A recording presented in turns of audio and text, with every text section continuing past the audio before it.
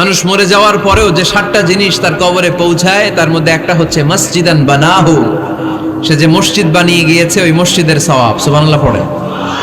আপনি টাকা দিয়ে মসজিদ বানিয়ে দিলেন, ওই মসজিদে মুসল্লিরা নামাজ পড়ে, রোজাদাররা এসে ওখানে ইফতার খায়, তাহাজ্জুদ আদায়কারীরা তাহাজ্জুদ পড়ে, তাদের সওয়াবের কমতি হবে না, কিন্তু তাদের সওয়াবের একটা পার্সেন্টেজ সওয়াব যে ব্যক্তি মসজিদ বানালো তার আমলনামে আল্লাহ ঢুকিয়ে দেয়। এজন্য বেশি বেশি মসজিদ বানাতে রাজি আছেন তো? আল্লাহর হাবিব সাল্লাল্লাহু আলাইহি ওয়াসাল্লাম বললেন, সাবআতুন ইউযিল্লুহুমুল্লাহু ফি যিল্লিহি ইয়াওমা লা যিল্লা ইল্লা যিল্লু। 7 শ্রেণীর ব্যক্তিকে আল্লাহ তাআলা কিয়ামতের দিন আরশের নিচে ছায়া দিবে, যেদিন আল্লাহর আরশের ছায়া ছাড়া কোনো ছায়া পৃথিবীতে থাকবে না। সেই দিনটা কি এই দিনের মতো? কিয়ামতের দিনটা আজকের এই দিনের মতো হবে? 50,000 বছর হবে। এটা লেন্থ, এটা ডিউরেশন। কাআন সাফসাফা লা তারা ফিহা ইওয়াজা ওয়ালা আমতা, লেভেল প্লেইং ফিল্ড, তামার জমিন। একটু কল্পনা করেন তো ওই দিনটা কত ভয়ঙ্কর। বাবা ছেলেরে চিনবে না ওই দিন, ছেলে বাবারে চিনবে না, স্ত্রী স্বামীকে চিনবে না, স্বামী স্ত্রীকে চিনবে না, পীর সাহেব মুরিদ চিনবে না, মুরিদ পীর সাহেবকে চিনবে না, নেতা কর্মীকে চিনবে না, কর্মী নেতাকে চিনবে না। হায় হায়, ইয়া নাফসি ইয়া নাফসি বলে কাঁদবে। সূর্যটা মাথার কাছে চলে আসবে, সূর্যের তাপে মাথার মগজগুলো গলে গলে নাকের ছিদ্র আর কানের ছিদ্র দিয়ে টপ টপ করে বেয়ে বেয়ে পড়বে। তৃষ্ণায় মানুষগুলো পাগল পাড়া, জিহ্বাটা বের হয়ে নাভি পর্যন্ত ঝুলতে থাকবে। সেদিন সবাই পাগলের মতো ছুটতে থাকবে, কোনো ছায়া নাই আল্লাহর আরশের ছায়া ছাড়া। আল্লাহর হাবিব বললেন, 7 শ্রেণীর ব্যক্তিকে আল্লাহ তাআলা আরশের নিচে ছায়া দিবেন। এর মধ্যে 1 শ্রেণীর ব্যক্তি রাজুলুন কলবুহু মুআল্লাকুন বিল মাসাজিদ, ওই ব্যক্তি যার হৃদয়টা সবসময় আল্লাহর মসজিদের সাথে লেগে থাকে। মসজিদের সাথে যার হৃদয় লেগে থাকে তাকে আরশের নিচে ছায়া দিবে কে?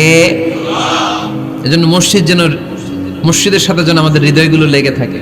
অনেকেই দেখবেন এত ভালো নামাজে, জোহর পরে টেনশন করে আসরটা কই পড়বো, আসর পরে চিন্তা করে মাগরিবের সময় আমি কোথায় থাকবো, মাগরিবের সময় টেনশন, ইস এশাটা হয়ে গেলেই তো শেষ। এরকম লোক আছে না নাই?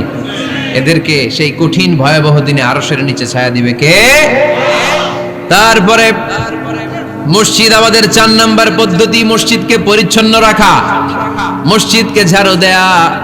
মসজিদকে যারা পরিষ্কার করে তাদের হৃদয়ের যন্ত্রণা দূর করে দেয় কে? সাইয়েদনা ইব্রাহিম আলাইহিস সালাম এবং ইসমাঈল আলাইহিস সালামকে আল্লাহ তাআলা আদেশ করেছেন, তাহহিরা বাইতিয়া লিত-তাইফিনা ওয়াল আকিফিনা ওয়ার রুকআই সুজুদ। হে ইব্রাহিম ইসমাঈল, বাপ বেটা দুইজন মিলে মসজিদ ঝাড়ু দাও। কি ঝাড়ু দাও? মসজিদেরি ঝাড়ু বড়দার, ও কামারে হাত শোনো আমারে মুনাজাত। পড়েন, শোনো শোনো ইয়া ইলাহি আমারে মুনাজাত, শোনো আমারে মুনাজাত। পড়েন আমিন। মসজিদ ঝাড়ু দেওয়া মসজিদ আমাদের অন্তর্ভুক্ত। আপনারা কেউ কোনোদিন মসজিদ ঝাড়ু দিয়েছেন নাকি? কে কে দিয়েছেন দেখি? সবাই সবাই মসজিদের খাদেম? মাশাআল্লাহ। আমিও দিছি মসজিদ ঝাড়ু, অনেক দিছি। মাশাআল্লাহ, আল্লাহ তুমি কবুল করো। যাদের হৃদয়ে বড় জ্বালা, ফ্যামিলিতে সুখ নাই, শান্তি নাই, তারা হৃদয়ে প্রশান্তি আনতে চাইলে এতিমখানায় যাবেন, এতিমের মাথায় হাত বুলিয়ে দিবেন, এতিমের মুখে খাবার তুলে দিবেন। আপনার হৃদয়টারে নরম করে দিবে কে? আল্লাহর ঘর মসজিদে যাবেন, নিজ হাতে মসজিদটারে একটু পরিষ্কার করে দিবেন, আপনার জীবনটারে উজালা করে দিবে কে? তাহলে এগুলো করার মাধ্যমে আমরা মসজিদের আবাদ করতে চাই। আমরা মসজিদের আবাদকারী হতে চাই কি চাই না? আল্লাহর ঘর মসজিদ আবাদ করার মতো শ্রেষ্ঠ কাজ পৃথিবীতে হতে পারে না। এই মসজিদের কিছু আদব আছে, আল্লাহ রাসূল সাল্লাল্লাহু আলাইহি ওয়াসাল্লাম বলেছেন এই আদবগুলো মেনটেন করে যেন আল্লাহর ঘর মসজিদের সাথে আমরা ব্যবহার করি। মসজিদের 1 নম্বর আদব হচ্ছে মসজিদে ওযুর সাথে প্রবেশ করা। কিসের সাথে? ওযু করে পরিচ্ছন্ন হয়ে মসজিদে প্রবেশ করা। এজন্য অপবিত্র অবস্থায় গোসল ফরজ, এরকম অবস্থায় মসজিদে ঢোকা যাবে? কথা বলেন, ঢোকা যায়?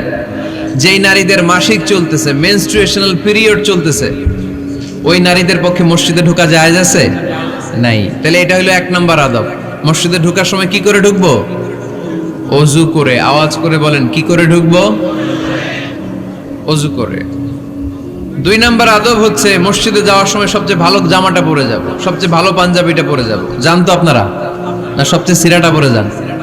হ্যাঁ, অনেকের নামাজের জন্য একটা পুরান জামা আছে, সিরা পাড়া, এদিকে হাত উঠাইলে দেখতে দেখা যায়, আছে না নাই? সবচেয়ে সিরা পাড়াটা রাখে নামাজের জন্য, কপাল পোড়া। আর সুন্নাতে খাতনার অনুষ্ঠানে গেলে মাশাআল্লাহ লেহেঙ্গা গায়ে দেওয়া যায়, আছে না নাই? না, আপনি ইবাদতের জন্য সবচেয়ে সুন্দর জামাটা রাখবেন। এজন্য রাব্বুল আলামিন বলেন, ইয়া বানি আদম খুযু জিনাতাকুম ইনদা কুল্লি মসজিদ। ও বনি আদম, তুমি যখন আল্লাহর ঘর মসজিদে ঢুকবা, ও বনি আদম, তুমি যখন নামাজের মুসল্লায় দাঁড়াবা, তোমার সবচাইতে দামি সবচাইতে সুন্দর জামাটা গায়ে দিয়ে তুমি নামাজে দাঁড়াও, ঠিক কি না? তাহলে এখন মসজিদে যাওয়ার সময় কি গায়ে দিয়ে যাবেন বলেন? খিতা করবাইন, হ্যাঁ মাশাআল্লাহ, হ্যাঁ সবচেয়ে ভালো কাপড়টা আয়রন করে পারফিউম মেখে তারপরে আমরা যাব। রাজি আছেন তো? তিন নাম্বার আদাব হচ্ছে মসজিদে ঢোকার সময় বাম পা দিয়ে ঢুকতে হয়।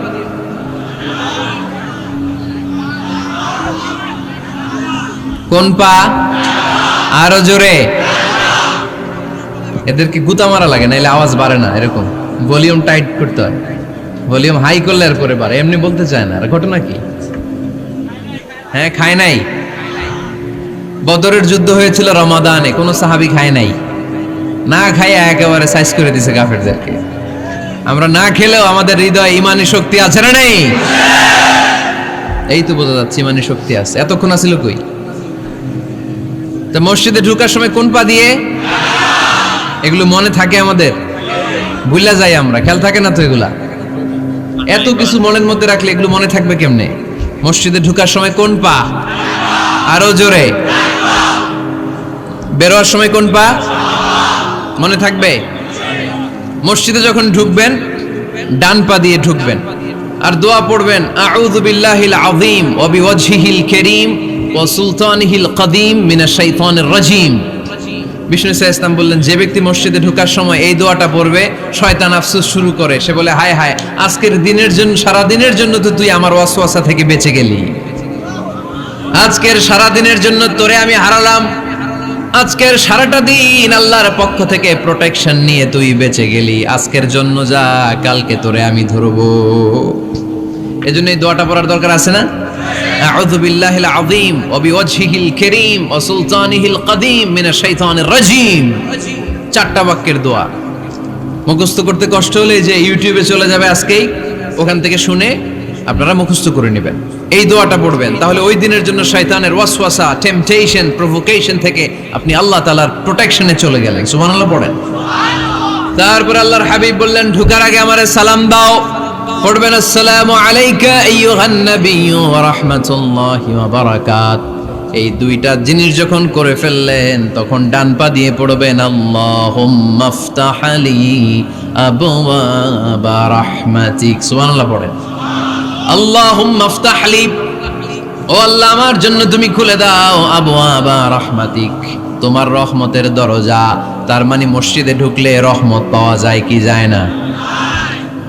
মসজিদে ঢুকলে পাওয়া যায় রহমত, মসজিদের বাইরে রহমতের কথা আল্লাহ বলে নাই। মসজিদের ভিতরে রহমত। কোথায় রহমত? কোথায়? মসজিদের ভিতরে রহমত আছে না? তার প্রমাণ, মসজিদে ঢুকলেই শান্তি লাগে কেমন জানি, আর ঘুমে ধরে। মসজিদে ঘুমাইছেন কারা কারা দেখি? সবাই ঘুমাইছেন? আরে আমি কত ঘুমাইছি।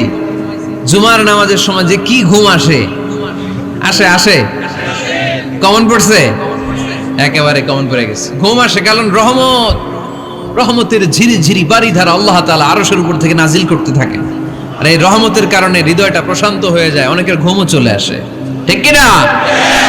এজন্য আল্লাহুম্মা ইফতাহ লি আবওয়াবা রাহমাতিক, ও আল্লাহ তোমার রহমতের দরজাগুলো আমার জন্য খুলে দাও। এই দোয়া পড়লে রহমতের দরজা খুলে দেয় কে? আবার মসজিদ থেকে যখন বের হবেন তখন কোন পা দিয়ে? জোরে বলেন। বাম পা দিয়ে কি পড়বেন? আল্লাহুম্মা ইন্নী আসআলুকা মিন ফাদলিক, ও আল্লাহ তোমার কাছে আমি তোমার পক্ষ থেকে ফদল চাই, মানে রিজিক চাই, রিজিক দেওয়ার মালিক কে? তার মানে খুব সোজা সাপটা কথা হচ্ছে, মসজিদের ভিতরে পাওয়া যায় রহমত, আর বাইরে পাওয়া যায় ফদল বা রিজিক। বাইরে পাওয়া যায় কি? রিজিক। মসজিদের ভিতরে রিজিক আছে, তার মানে সারাদিন মসজিদে বসে থাকলে রিজিক মিলবে? নামাজের সময় নামাজ পড়তে হবে, কাজের সময় কাজ করতে হবে, এটাই হচ্ছে ইসলামের বিধান। নামাজের সময় নামাজ, কাজের সময়। আমি প্রশ্ন করব, আওয়াজ করে উত্তর দেন। নামাজের সময়, কাজের সময়, নামাজের সময়, কাজের সময়, এটা মনে থাকবে। এজন্য আল্লাহ বললেন ফাইদা কুদিয়াতিস সালাতু ফান্তাশিরু ফিল আরদি ওয়াবতাগু মিন ফাদলিল্লাহ। যখন তোমাদের সালাত শেষ হয়ে যায়, আল্লাহর রিজিক অন্বেষণের জন্য আল্লাহর জমিনে তোমরা ছড়িয়ে যাও। নামাজের সময় আসবেন, নামাজ শেষ বের হয়ে যান। ফান্তাশিরু ফিল আরদ, জমিনে ছড়িয়ে পড়ো। নামাজ শেষ, চেয়ারম্যান সাহেব চলে যাবে ইউনিয়ন পরিষদের ভেতরে, ছাত্ররা চলে যাবে হাই স্কুলে, মেম্বার অফ দ্য পার্লামেন্ট চলে যাবে সংসদে, সেনাবাহিনীর লোকেরা চলে যাবে ক্যান্টনমেন্টে, ব্যবসায়ীরা চলে যাবে তাদের বাজারে, সিএনজি ওয়ালারা সিএনজি নিয়ে ব্যবসা শুরু করবে, রাস্তায় নেমে যাবে, চিল্লায় বলেন ঠিক কিনা? এটাই ইসলামের বিধান। নামাজের সময় নামাজ, কাজের সময়। আচ্ছা, তাহলে প্রথম সুন্নাত পেলাম, পবিত্র হয়ে ঢুকবো, ভালো জামা পরে ঢুকবো 2 নাম্বার। 3 নাম্বার, ঢোকার সময় কোন পা, বের হওয়ার সময়। 4 নাম্বার, মসজিদে ঢুকেই 2 রাকাত। মসজিদে ঢুকে কয় রাকাত পড়েন আপনারা? তাহিয়াতুল মসজিদ, মসজিদে আপনি ওয়েলকাম জানাবেন, ঢুকেই 2 রাকাত পড়বেন, ওযু করলেই 2 রাকাত। আল্লাহর হাবিব সাল্লাল্লাহু আলাইহি ওয়াসাল্লাম মসজিদে নববীতে জুমার খুতবা দিচ্ছেন। খুতবা চলাকালীন সময়ে এক সাহাবী এসে মসজিদের মধ্যে বসে পড়লেন। আল্লাহর হাবিব সাল্লাল্লাহু আলাইহি ওয়াসাল্লাম সাহাবীরে বললেন দাঁড়াও। সাহাবী দাঁড়ালেন। আল্লাহর নবী জিজ্ঞেস করলেন কেন বসে বললা, 2 রাকাত পড়ছো নাকি? সাহাবী বলে পড়ি নাই। বিশ্বনবী বললেন তাহলে তাড়াতাড়ি 2 রাকাত নামাজ পড়ে বসে যাও। সুবহানাল্লাহ পড়ে। 2 রাকাত পড়ো নাই তো পড়ো, দাঁড়াও, তারপরে বসো। দেখেন খুতবা চলাকালীন সময়ে আমাদের খতিবরা কখনো খুতবা থামায়? কথা বুঝেন নাই? জুমার খুতবা আপনারা শুনেন না? খুতবা চলতেছে, ওই মুহূর্তে ইমাম সাহেবরা কখনো খুতবা থামায়? মাঝখানে কোনো ঝামেলা হলে থামায় না। প্রথম খুতবা শেষ, বসে, তারপরে দ্বিতীয় খুতবা। খুতবার মাঝখানে কোনো থামাথামি নাই। কিন্তু আল্লাহর হাবিব সাল্লাল্লাহু আলাইহি সাল্লাম কেমন খতিব ছিলেন দেখেন। আল্লাহর হাবিব সাল্লাল্লাহু আলাইহি সাল্লামের খুতবা দেওয়ার স্টাইল এন্ড অ্যাটিটিউড এবং আমাদের খুতবা দেওয়ার স্টাইল এন্ড অ্যাটিটিউড, আল্লাহ রাসূল সাল্লাল্লাহু আলাইহি সাল্লামেরটা কত প্রাণবন্ত ছিল। আল্লাহ রাসূল সাল্লাল্লাহু আলাইহি সাল্লাম সোসাইটি ওরিয়েন্টেড একজন পার্সোনালিটি ছিলেন, সমাজের মানুষ কেন্দ্রিক, খুব সামাজিক ছিলেন আল্লাহ রাসূল সাল্লাল্লাহু আলাইহি সাল্লাম। তিনি দেখলেন একজন বসে পড়ছে, উনি খুতবা থামায় দিলেন। জুমার খুতবা থামায় বললেন এই নামাজ পড়ছো না, পড়ো 2 রাকাত পড়ো। আবার খুতবা শুরু করলেন। সুবহানাল্লাহ পড়বেন না? একবার তিনি খুতবা দিচ্ছেন, দেখলেন আল্লাহ রাসূল সাল্লাল্লাহু আলাইহি ওয়াসাল্লামের 2 জন নাতি হাসান আর হুসাইন রাদিয়াল্লাহু তাআলা আনহুমা, ছোট্ট মানুষ, কাতারের ভিতরে ঢুকে কোন সাহাবী টুপি টান দেয়, কারো পাগড়ি ধরে টান দেয়, একজন এদিকে দৌড় দেয়, আরেকজন ওদিকে দৌড় দেয়। মসজিদে একটা ডিস্টার্ব হচ্ছে। আল্লাহর হাবিব সাল্লাল্লাহু আলাইহি ওয়াসাল্লাম খুতবা থামিয়ে দিলেন, মিম্বার থেকে নেমে আসলেন, 2 নাতিকে 2 হাতে ধরলেন, ধরে আস্তে করে জান্নাতের এই 2 সর্দারকে নিয়ে মিম্বারের উপরে দাঁড়ালেন। এই হাতে এই নাতি, ওই হাতে আরেক নাতি। এরপর দাঁড়িয়ে দাঁড়িয়ে তিনি বাকি খুতবা দিলেন। পড়েন সুবহানাল্লাহ। কত প্রাণবন্ত খুতবা। উনিও খুতবা দিতেন, আমরাও খুতবা দেই। আল্লাহর হাবিব সাল্লাল্লাহু আলাইহি ওয়াসাল্লাম খুতবা দিচ্ছেন, এক সাহাবী এসে বলল ইয়া রাসূলুল্লাহ, মদিনায় দুর্ভিক্ষ, বৃষ্টি নাই, আপনি বৃষ্টির দোয়া করেন। রাসূল সাল্লাল্লাহু আলাইহি ওয়াসাল্লাম খুতবা থামায় দিলেন, থামাই দিয়ে দোয়া শুরু করলেন। আল্লাহুম্মা আসকিনা গাইসান মুগীসান মারিআন মুরিআন নাফিআন গায়রা দার আজিলান গায়রা আজল। আল্লাহ উপকারে বৃষ্টি দেন, যে বৃষ্টিতে আমাদের ফসল জন্মাবে, সবুজ ঘাস লতা পাতা জন্মাবে, আমাদের গবাদি পশুর রিজিক বাড়বে, এরকম উপকারী বৃষ্টি আমাদেরকে দিয়ে মদিনাটারে ধন্য করে দেন।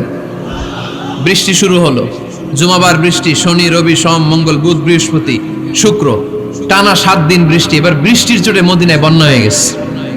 এতদিনে দুর্ভিক্ষ, এতদিনে কি? এখন বৃষ্টির বরকতের দোয়া করছে, বৃষ্টিতে এবার বন্যা। যেই সাহাবী বৃষ্টির জন্য দোয়া করতে বলেছিলেন, পরের জুমাবারের খুতবার সময় এসে ওই সাহাবী বলেন ইয়া রাসূলুল্লাহ, আবার খুতবার মাঝখানে ইয়া রাসূলুল্লাহ, আর বৃষ্টির দরকার নাই, আর দরকার নেই, এবার বৃষ্টি বন্ধের দোয়া করেন। আল্লাহর হাবিব সাল্লাল্লাহু আলাইহি ওয়াসাল্লাম খুতবা থামিয়ে আবার বন্ধের দোয়া, আল্লাহুম্মা হাওয়ালাইনা ওয়ালা আলাইনা, হে আল্লাহ আমাদের চারিদিকে দেন, মদিনাতে আর বৃষ্টির দরকার নাই। চিল্লায় পড়েন সুবহানাল্লাহ। এজন্য খতিব হবে এরকম প্রাণবন্ত খতিব। সমাজে কি চলে, কি ক্রাইসিস, কি সংকট, ইয়াংরা কোন সমস্যায় ভোগে, আমাদের রাজনৈতিক অঙ্গনে কি সমস্যা, আমাদের অর্থনৈতিক অঙ্গনে কি সমস্যা, আমাদের সামাজিক অঙ্গনে কি সমস্যা, আমাদের পরিবারগুলোর ভেতরে কি ঝামেলা, প্রত্যেকটা কথা মসজিদের মিম্বার থেকে আসার দরকার আছে না নাই?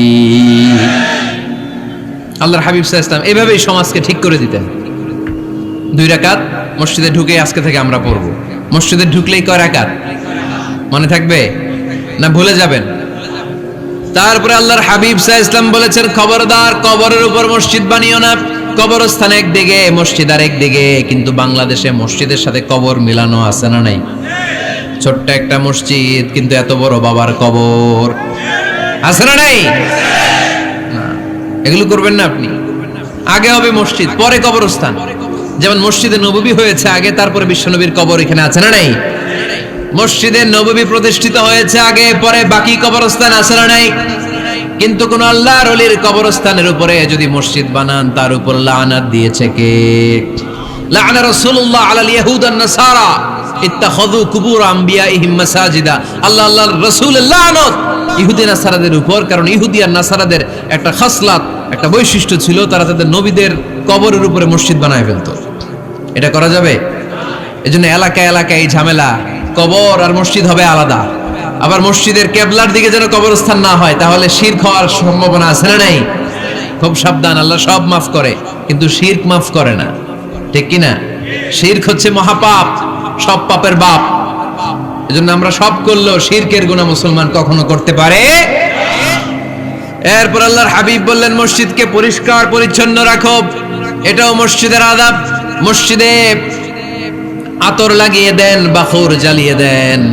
আপনাদের এই এলাকার মধ্যে তো বাখুরের অভাব নাই, আগরের অভাব নাই, ঠিক কিনা? গতকাল প্রোগ্রাম ছিল কই?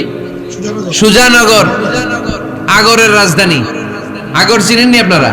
হ্যাঁ, এই যে দেহনেল উদ পারফিউম, আপনাদের এই যে মাহতাব সাহেবের আল হারামাইন, এরপরে যে আজমল কোম্পানি, এও আপনাদের এই মৌলভীবাজার এলাকার। এরকম অনেক কোম্পানি আছে দুবাই ভিত্তিক, গোটা বিশ্বে ওনারা ব্র্যান্ডিং করেছে।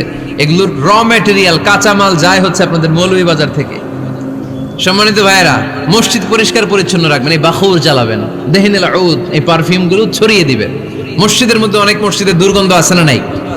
এই কার্পেটের মধ্যে ময়লা, পরিষ্কার করে না। আল্লাহর হাবিব সাল্লাল্লাহু আলাইহি ওয়াসাল্লাম বলেছেন, খবরদার।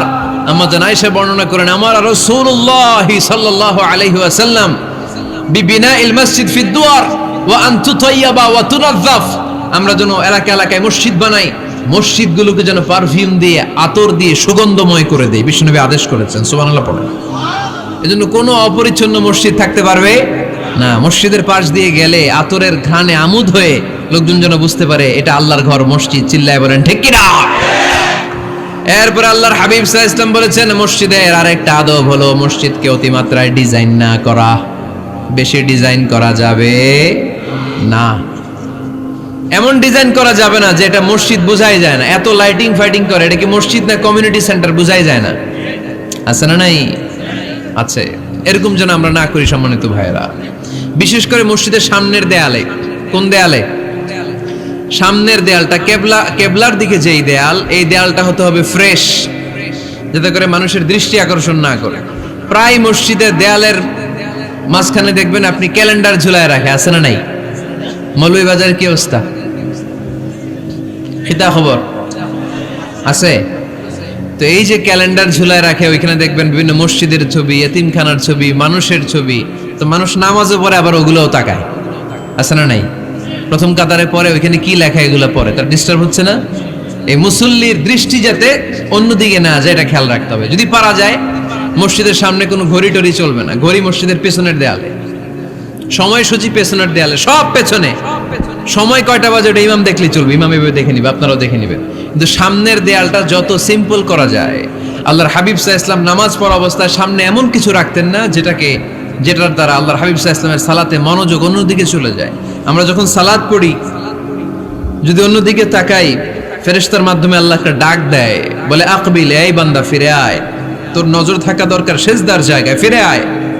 আপনি আবার যখন অন্যদিকে তাকান, আল্লাহ বলে ফিরে আয়, সিজদার দিকে তাকা। আপনি আবার যখন ঘড়ির দিকে তাকান, আল্লাহ বলে আকবিল, ফিরে আয়, সিজদার দিকে তাকা। আপনি যখন আবার অন্যদিকে তাকান, তখন আল্লাহ বলে লা হাজাতা লি ইলা সালাতিক, তোর এই নামাজের দরকার আমার নাই। নাউজুবিল্লাহ পড়বেন না? তোর এই নামাজের দরকার আমার নাই।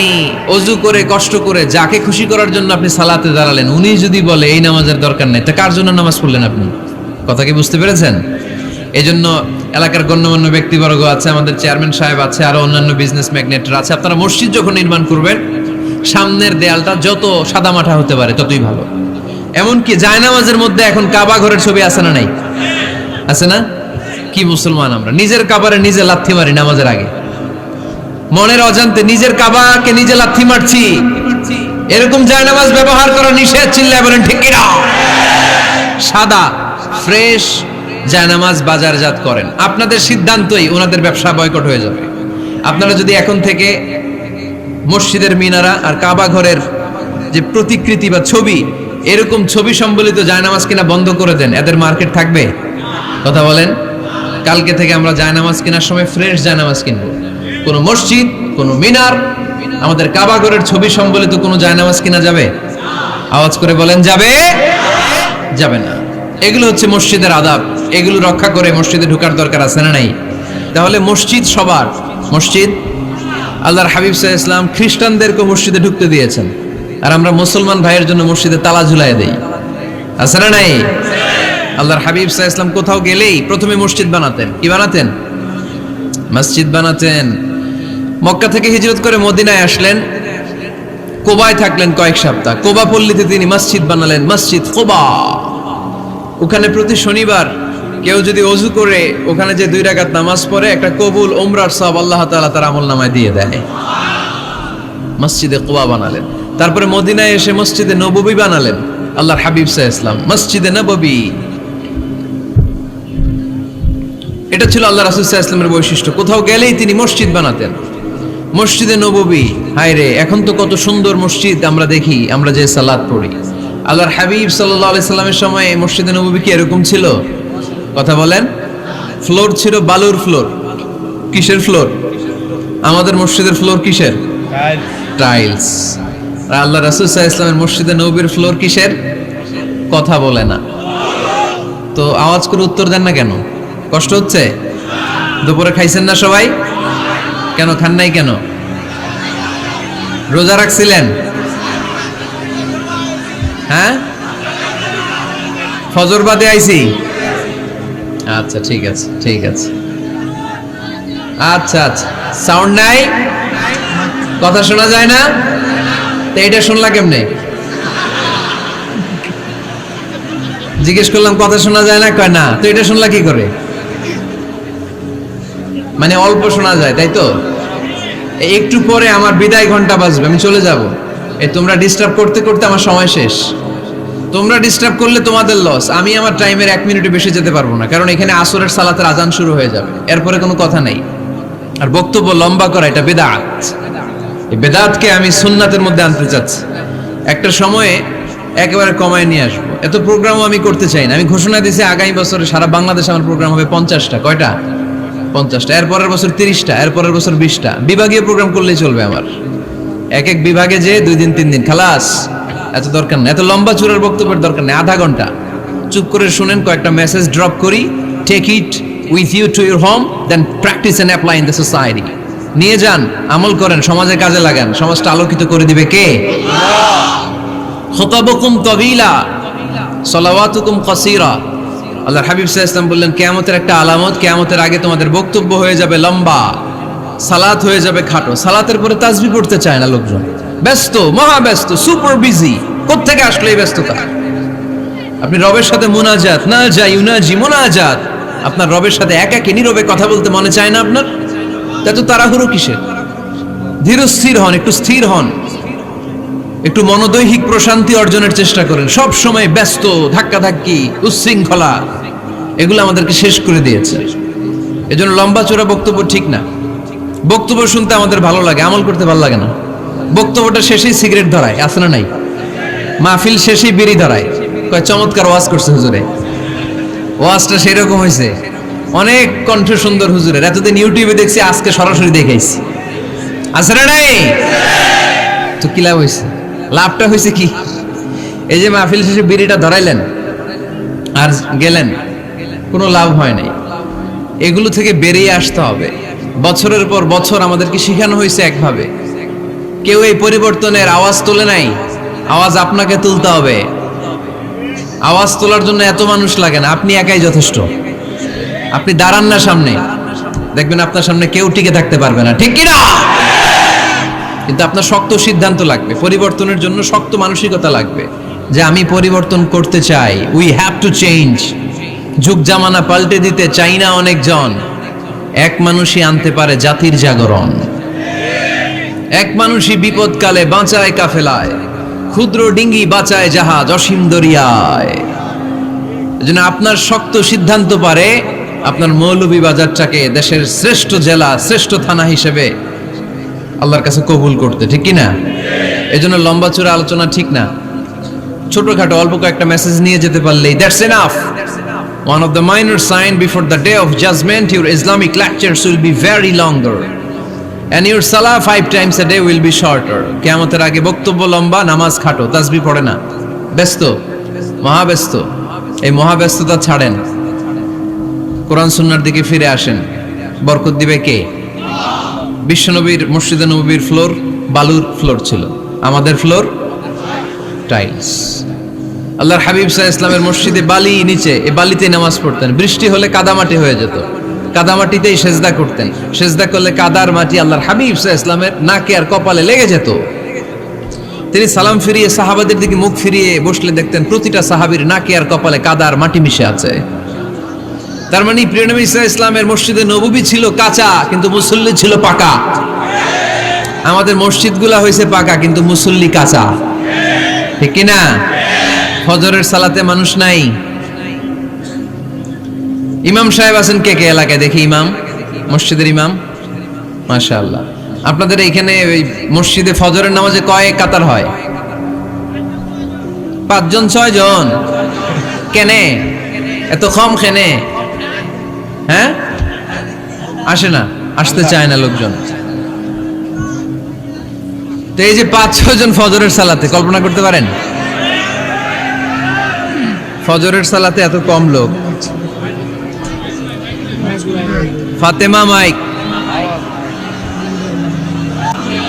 আরো জোরে পড়তে হবে, আলহামদুলিল্লাহ। ফজরের জামাতে লোক যায় না, এটা একটা মহামারী। যেদিন ফজরের জামাতের দৃশ্য আর জুমার নামাজের দৃশ্য একরকম হয়ে যাবে, ওই দিনই বাংলাদেশে ইসলাম কায়েম হয়ে যাবে। এখন স্লোগান তুলে বিপ্লব বিপ্লব, ইসলামী বিপ্লব। আর ফজরের সময় আমি কম্বলের ভিতরে, আছে না নাই? কোনো বিপ্লব হবে না। ফজরের নামাজ জামাতে পড়ুন, সকালটারে বরকতময় করে দিবে কে? আল্লাহর হাবিব সাল্লাল্লাহু আলাইহি ওয়াসাল্লামের মসজিদ ছিল সবার জন্য উন্মুক্ত, এখানে সবাই আসতে পারত। এজন্য মসজিদ হবে সবার। আমরা মসজিদের আবাদকারী হতে চাই। এজন্য রাব্বুল আলামিন বলেন, ইন্নামা ইয়া'মুরু মাসাজিদাল্লাহি মান আমানা বিল্লাহি ওয়াল ইয়াউমিল আখির ওয়া কামাস সালাতা ওয়া আতাজ যাকাতা ওয়া লাম ইয়াখশা ইল্লাল্লাহ ফাআসা উলাইকা আন ইয়াকুনু মিনাল মুহতাদিন। সুবহানাল্লাহ পড়েন।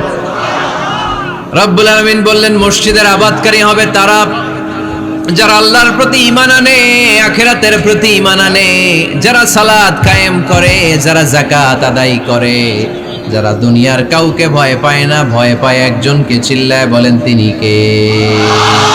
যাদের হৃদয়ে আছে আল্লাহর ভয়, তারা কবু পথ ভুলে যায় না। আল্লাহর প্রেম ছাড়া এই দুনিয়া কারো কাছে কোনো কিছু চায় না, ঠিক কিনা? তাহলে যারা মসজিদের আবাদকারী এরা ভয় পায় একজনকে, চিল্লায় বলেন তিনি কে? মসজিদের আবাদকারীদের প্রথম গুণ, তারা আল্লাহয় বিশ্বাস করে, তারা আখিরাতে বিশ্বাস করে, তারা সালাত কায়েম করে, তারা যাকাত আদায় করে, তারা আল্লাহ ছাড়া পৃথিবীর কাউরে ভয় পায় না। আল্লাহ বলেন ফাআসা উলাইকা আইয়াকুনু মিনাল মুহতাদিন, আশা করা যায় তারাই হলো হেদায়েতের রাস্তার উপরে আছে, ঠিক কি না? তারাই মসজিদের আবাদকারী, যারা মসজিদে যায়, সালাত আদায় করে। এখন মসজিদের আবাদকারী আপনি হতে চান, আপনি মসজিদে যান না, আপনি আবাদকারী হতে পারবেন? মসজিদের অনেক সভাপতি আছে, মসজিদে যায় না, আছে না নাই? মৌলভীবাজারে এই সমস্যা বোধহয় নাই। মসজিদের সেক্রেটারি মসজিদে যায় না, আছে না নাই? তাহলে হইলো, এটা হইলো, এটা মেনে নেওয়া যায়? এজন্য সভাপতি সাহেবরা, আপনি কষ্ট করে মসজিদ বানিয়েছেন, মসজিদে যাবেন। এই কথা বলেন কেন? এত দিকে বিশৃঙ্খলা হইলে কেমন হবে? বসেন আর অল্প কয়েক মিনিট। সভাপতি সাহেব আপনি মসজিদে যাবেন, সেক্রেটারি সাহেব আপনি মসজিদে যাবেন, তাহলে আপনি সঠিক মসজিদের আবাদকারী হবেন, ঠিক কিনা? আমরা মসজিদের আবাদকারী হতে চাই ইনশাআল্লাহ। পড়েন উমরানুল মাসাজিদ। মসজিদের আবাদ কি করে করতে হয়? মসজিদ আবাদ করার এক নাম্বার মাধ্যম হচ্ছে মসজিদ নির্মাণ করা। কি করা? নির্মাণ করা। খেয়াল করবেন, আল্লাহর হাবিব সাল্লাল্লাহু আলাইহি ওয়াসাল্লাম বলেছেন, মান বানা মসজিদান মিন মালিহি ফিদ দুনিয়া বানাল্লাহু লাহু বাইতান ফিল জান্নাহ। যে ব্যক্তি নিজের পকেটের টাকা খরচ করে দুনিয়াতে মসজিদ বানায়, আল্লাহ তাআলা তার জন্য জান্নাতে ঘর বানায়।